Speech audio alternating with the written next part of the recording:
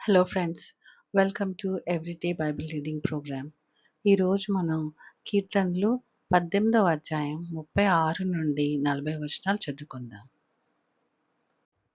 నా పాదములకు చోటు విశాలపరిచితివి, నా చీల మండలు బెణుకలేదు. నా శత్రువులను తరిమి పట్టుకొందును, వారిని నశింపజేయు వరకు నేను తిరుగను. వారు నా పాదముల క్రింద పడుదురు, వారు లేవలేకపోవునట్లు నేను వారిని అణగద్రొక్కుదును. యుద్ధమునకు నీవు నన్ను బలము ధరింపజేసితివి, నా మీదకి లేచిన వారిని నా క్రింద అణచివేసితివి. నా శత్రువులను వెనుకకు నీవు మళ్ళచేసితివి, నన్ను ద్వేషించు వారిని నేను నిర్మూలము చేసితిని. ఆమేన్. మన మంచి దేవుడు ఈ బైబిల్ రీడింగ్ని దీవించుగాక. Thank you friends for joining me in the everyday Bible reading programme.